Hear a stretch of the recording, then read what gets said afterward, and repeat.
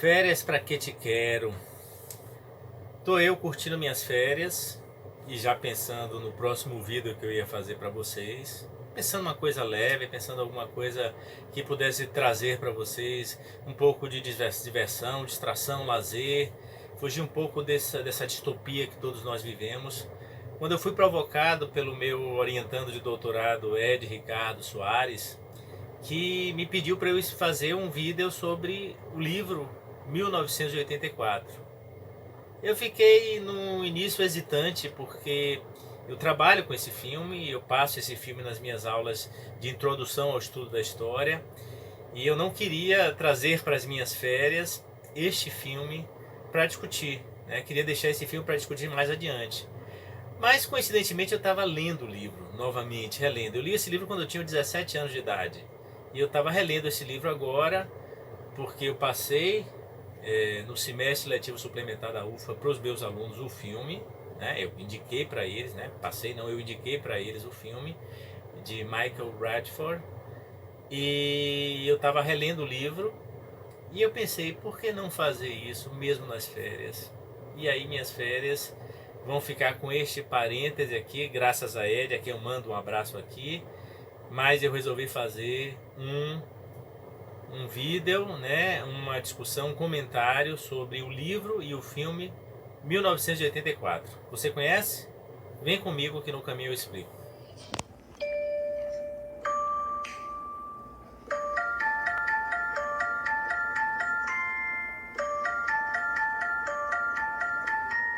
"1984", o livro de George Orwell. Uma das primeiras coisas que eu digo para os meus alunos é que nós não podemos confundir a ficção com a realidade. A categoria de totalitarismo, o conceito de totalitarismo, não é um conceito muito apropriado para a gente pensar a história. Embora tenha sido criado na distopia, né, ou na utopia negativa de George Orwell, num livro que foi escrito em 1948, publicado em 1949, né, por isso ele inverte o dígito e projeta para o futuro a ideia dessa distopia super opressiva, né, desse estado totalitário. Essa realidade não existiu na história, nem nos regimes mais brutais que a gente tem notícia, nem no nazismo, nem no fascismo, nem no stalinismo. Não há paralelo com a ficção. Então uma das coisas que eu chamo a atenção dos meus alunos é não confundir a ficção de George Orwell, que se inspira na realidade, né, que extrai da realidade alguns elementos para aplicar nessa ficção aqui, né, como toda ficção né, ela se inspira na realidade de algum modo, com a categoria de totalitarismo que foi utilizado por alguns autores, né, que na década de 50 popularizaram o termo, muito especialmente Hannah Arendt com seu livro As Origens do Totalitarismo, publicado em 1951, mas também Zbigniew Brzezinski, né, um autor polonês, de origem polonesa, mas radicado nos Estados Unidos, né, que publicou junto com Karl Joachim Friedrich um livro sobre a autocracia totalitária, né, e a ditadura. Esses dois, um livro em 1956, então Hannah Arendt, Zbigniew Brzezinski e Karl Joachim Friedrich foram aqueles que popularizaram o termo de totalitarismo aplicado à ciência política e aplicado à realidade. E isso na década de 50 foi muito importante, porque na década de 50 é o auge da Guerra Fria. É a época em que o governo norte-americano está muito empenhado em estudar a União Soviética, né? Tinha acabado de sair também de uma guerra, estudar o nazismo, né? Estudar os regimes que, do ponto de vista desses autores, eram semelhantes pelo grau de violência que dispendiam contra as suas populações. Por isso eram chamados de totalitários, regimes totalitários. Então essa categoria de totalitarismo foi muito importante nos anos 50.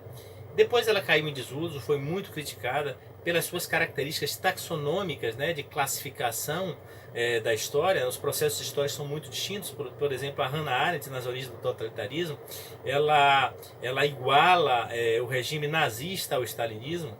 E o stalinismo é um produto não exatamente da Revolução Russa. No livro dela, As Origens do Totalitarismo, o stalinismo não se vincula necessariamente à Revolução Russa, né? Esse tema ela depois retoma num outro livro, On Revolution, né? Sobre a Revolução do início dos anos 60, e aí sim ela diz que os germes do totalitarismo de algum modo estão presentes ali nas revoluções, né, que pretenderam libertar os povos e terminaram aprisionando eles em regimes totalitários. Mas nas origens do totalitarismo ela diferencia o regime originário da Revolução Russa na União Soviética, né, quando ela se forma a União Soviética em 1921, mas estou falando da Revolução Russa de 1917, ela diferencia esse regime originário, né, esse regime inicial da Revolução Russa, do próprio stalinismo. Mas nos anos 50, essa ideia de totalitarismo e essa ideia de que teria havido na União Soviética um totalitarismo semelhante ao nazismo, ele foi muito popular nos anos 50, depois caiu em desuso, como eu disse, e foi retomado depois da queda do Muro de Berlim, quando ressurgiram as ideologias anticomunistas que passaram a utilizar a categoria de totalitarismo aplicando indistintamente a um regime que é inteiramente diferente do regime nazista, por exemplo, para poder dizer que o que caracteriza o totalitarismo é o grau de violência que os estados, os governos utilizam contra os seus povos. Então é uma categoria muito difícil, muito complicada para a gente aplicar à história. Eu, como historiador, eu não recomendo e chamo a atenção dos meus alunos para que reflitam sobre isso, para que estudem os autores e para que vejam a possibilidade de adaptar ou não. Mas assim, o livro de George Orwell foi escrito em 1948 e 1949. George Orwell era um jornalista que tinha combatido na Guerra Civil Espanhola do lado dos republicanos. Na verdade, ele foi para a Espanha como correspondente da guerra, como correspondente para fazer escritos para mandar para jornais. E lá na Espanha ele se junta ao exército republicano, ele participa da luta ao lado dos republicanos, porque George Orwell era um socialista que defendia um socialismo inteiramente distinto daquilo que é chamado socialismo real da União Soviética. Então George Orwell ele é um autor socialista, mas é muito crítico da União Soviética. E é dessa crítica da União Soviética exatamente que surgem alguns dos seus principais livros. O primeiro deles é A Revolução dos Bichos, né? Esse livro aqui, que é um livro pequenininho, que é um livro muito curto, é uma fábula sobre uma revolução de bichos que tomam uma fazenda e depois reproduzem de algum modo aquelas formas de opressão que havia no mundo dos homens. É um livrinho muito pequeno, mas muito poderoso, para vocês terem uma ideia do interesse do Brasil hoje, dos brasileiros hoje, em George Orwell. O Revolução dos Bichos é um dos livros mais vendidos na atualidade. E o 1984 também, mas o Revolução dos Bichos é ainda mais vendido do que o 1984. Mas no livro 1984, como Revolução dos Bichos, George Orwell se inspira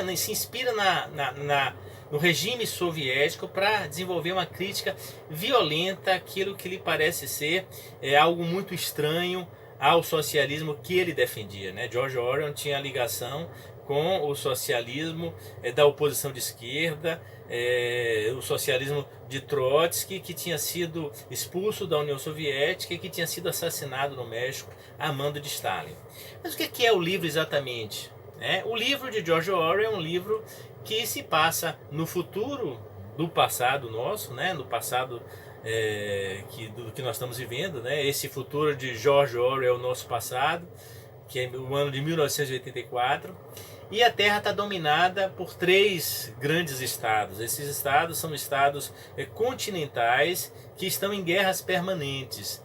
A narrativa se centra num personagem chamado Winston Smith, que está em Londres, e Londres é parte de um grande estado que é chamado de Oceânia. A Oceânia compreende a Europa insular, a Europa britânica, as Américas todas, o sul da África e a Oceania. Os outros 2 estados são a Eurásia, que é parte da Europa continental, e a Rússia, e a Lestásia, que são os países do Oriente. A Oceânia, onde vive Winston Smith, que é o personagem central do livro 1984 de George Orwell, está no início do livro em guerra contra à Eurásia, né? E o Winston Smith trabalha num ministério, há 4 ministérios nessa Oceânia, é um regime totalitário. Esses 4 ministérios dominam completamente a vida das pessoas, né? O Winston Smith trabalha no Ministério da Verdade, mas há outros 3 ministérios, que é o Ministério do Amor, o Ministério da Guerra e o Ministério da Pujança. No Ministério da Verdade, o trabalho de Winston Smith é fabricar mentira. Ele, como um funcionário público, como um burocrata, como são quase todos os membros desse partido, né, que controla a Oceânia, né, um partido que controla a Oceânia, e esse partido é dirigido por um personagem que é chamado de Grande Irmão, né, o Big Brother.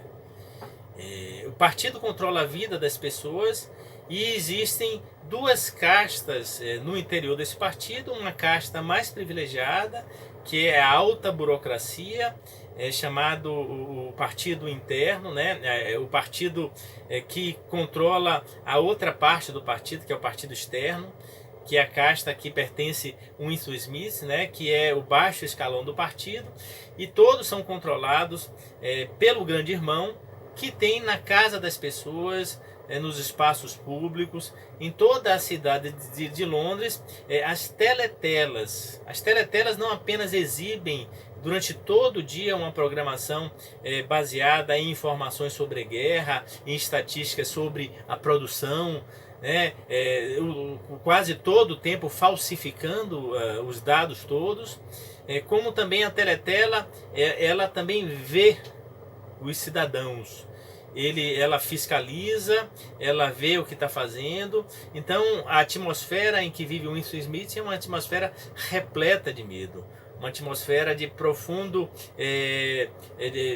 temor de que seja pego, né? Porque este regime é brutal, este regime é uma ditadura das mais perversas que jamais existiram, né? Há referências permanentes ao nazismo e ao socialismo, como também ao socialismo real, né? Ao comunismo soviético, ao stalinismo, como regimes que tinham existido, mas que não tinham existido naquela forma como aparece ali na Oceânia, né? Então o Grande Irmão controla a vida das pessoas e Smith vive oprimido permanentemente pelo medo de cometer o crime de pensamento. Há uma polícia política que fiscaliza a vida das pessoas e ao menor gesto, ao menor sinal, há uma atitude inadvertida do indivíduo, há um sonho que seja falado durante a noite, esse indivíduo pode estar sujeito à prisão e pode estar sujeito a ser vaporizado,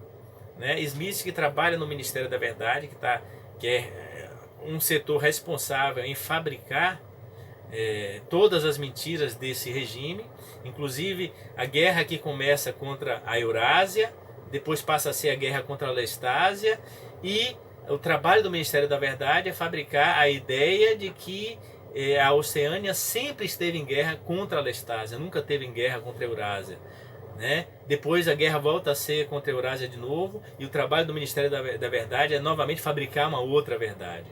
Assim como a verdade sobre a guerra é fabricada o tempo todo, a verdade sobre vários personagens que em alguns momentos são tidos por heróis e depois desaparecem completamente da vida e só existem na memória do próprio Winston Smith.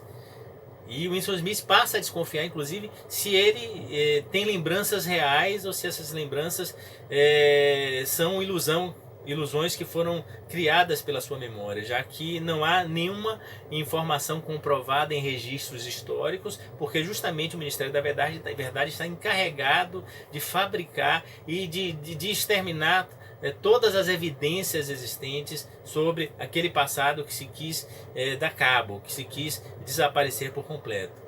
Então o personagem Winston Smith trabalha no Ministério da Verdade, né, nos outros 2 ministérios, nos outros 3 ministérios, que são justamente o oposto do que os seus nomes dizem, né? O Ministério da Paz, eu falei do Ministério da Guerra, o Ministério da Paz é o responsável pela guerra, o Ministério do Amor é o responsável pelas políticas de promoção do celibato, de repressão a toda forma de afeto, de carinho e de amor mesmo entre os sexos, porque o sexo em si só pode ser um sexo para procriação. E o Ministério da Pujança é o encarregado de fabricar todas as mentiras sobre o abastecimento daquela sociedade que vive na base da escassez.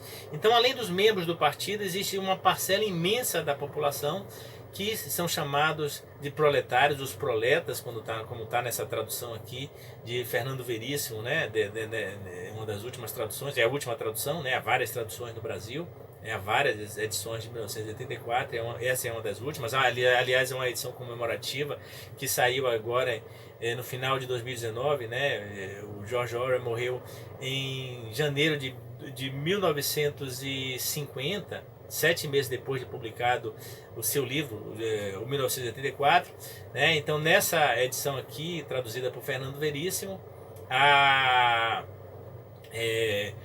algumas expressões que são modificadas, né, de outras edições, como a ideia da nova fala, né, que aparece em outras edições como nova língua, né, que eu acho mais apropriado, porque o Winston Smith é encarregado de fabricar todas as inverdades, né? E as estatísticas quanto ao abastecimento também são baseadas na mentira, né? E as teleteras passam o tempo todo, durante todo o dia, e inclusive à noite, informações que são na maior parte do tempo mentiras, e o Winston Smith inclusive diz que nem sequer importa se é mentira ou é verdade, porque o que importa é o que o partido está dizendo. Uma informação importante é que essas teletelas não podem ser desligadas e o seu som não pode ser retirado completamente. Você pode diminuir o som, mas elas não podem ser desligadas.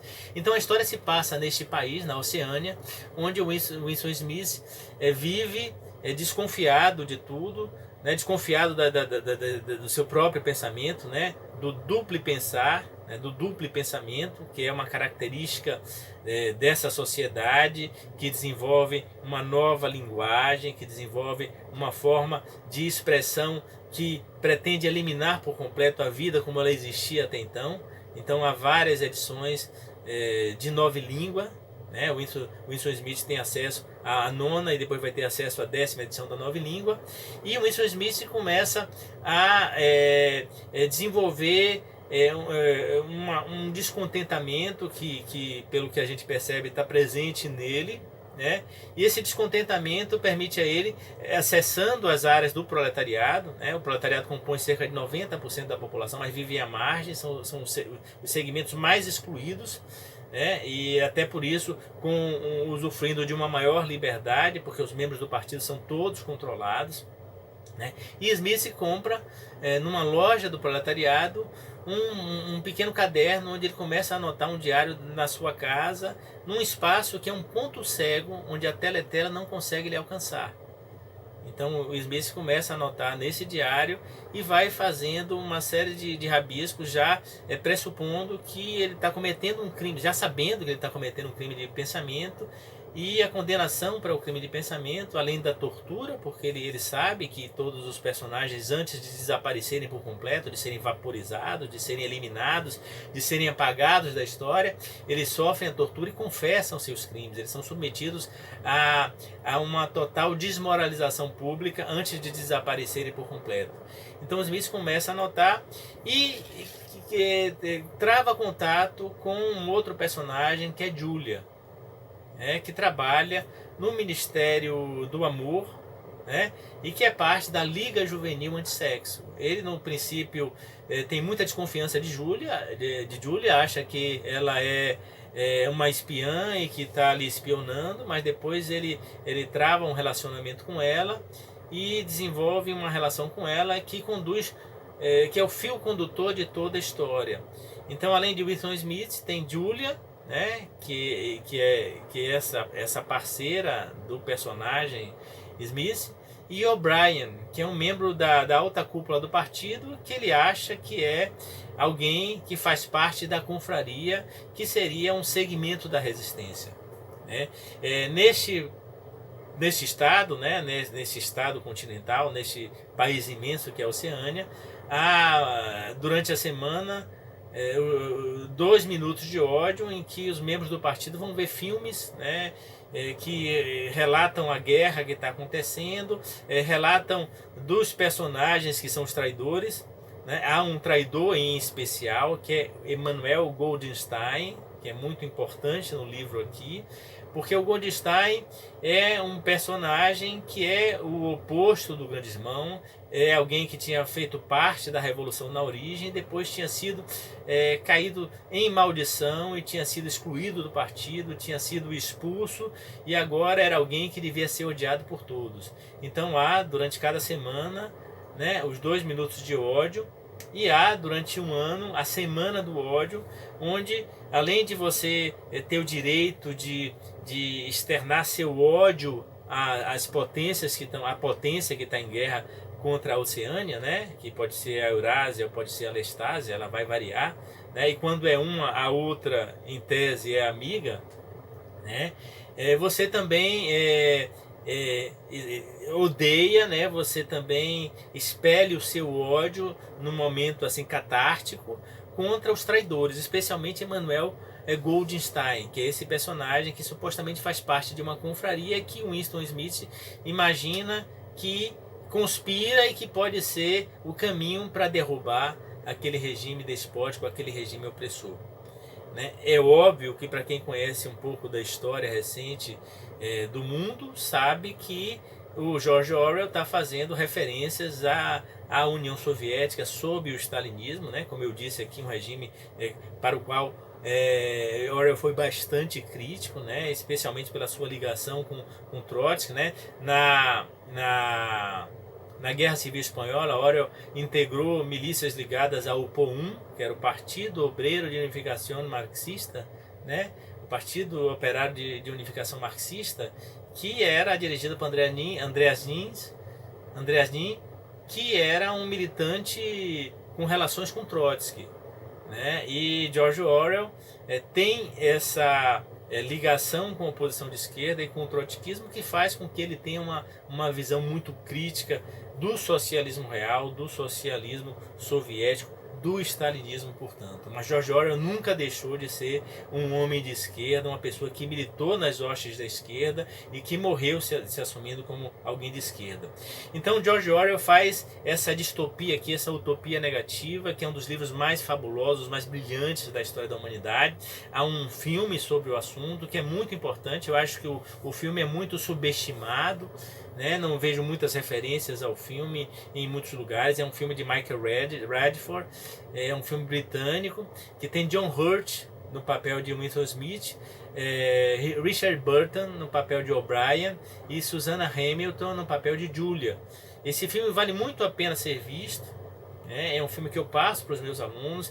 É um dos filmes mais fiéis à obra literária que eu conheço. Eu já vi esse filme várias vezes, o livro eu li pela segunda vez agora, mas o filme eu já vi várias vezes. E lendo o livro eu estou vendo os personagens, né, na minha cabeça. Na verdade eu não gosto disso, eu prefiro ler o livro antes de ver o filme. E eu li o livro antes de ver o filme, porque eu li o livro com 17 anos e vi o filme muito depois. Mas depois de ver tantas vezes o filme e ler o livro agora, era impossível para mim apagar da cabeça os personagens e os atores que os interpretam. Mas em todo caso, o filme, de tão fiel que me ajudou um pouco a esmiuçar, a entender alguns aspectos aqui, né? E eu recomendo para quem não leu o livro que veja o filme, e para quem viu o filme que leia o livro, porque as duas coisas são muito ricas. Se você puder escolher se vai ver o filme ou ler o livro primeiro, se você quiser fazer as duas coisas, eu recomendo que você leia o livro primeiro e depois veja o filme, para você ser capaz de desenvolver os personagens na sua própria cabeça, na sua própria imaginação, né? Então este filme está disponível e as pessoas podem encontrar. Eu tenho ele em DVD, né? Mas eu acho que pode ser encontrado em algumas plataformas aí de streaming.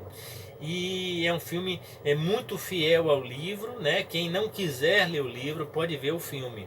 E George Orwell, né, que está sendo muito visto e lido e conhecido no Brasil, muito especialmente agora, inclusive porque é disputado pela direita, né, absurdamente, né, porque George Orwell é um autor de esquerda. É importante a gente ratificar isso, dizer com toda firmeza.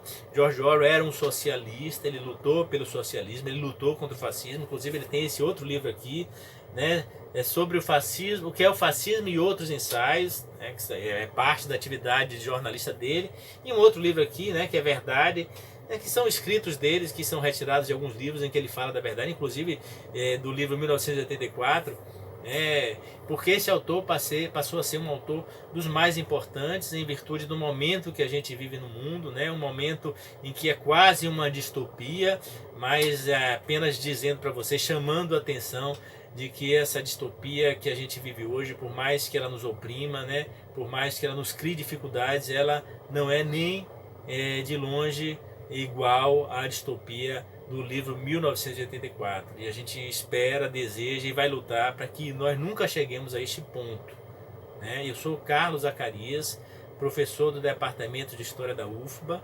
Este meu canal foi criado para as aulas do semestre letivo suplementar da UFBA. Eu estou dando continuidade a este canal, fazendo comentários aqui semanais sobre filmes, livros e séries que eu acho que vão contribuir para que vocês tenham umas boas férias, né? Eu sei que o livro 1984 e o filme 1984 não são exatamente aquilo que a gente imagina para as nossas férias, mas se você quiser nessas férias enveredar para uma leitura que é densa, uma leitura que vai lhe acrescentar muito, que vai lhe trazer muito conhecimento, que vai lhe ajudar muito ao longo do ano, você pode ler esse livro.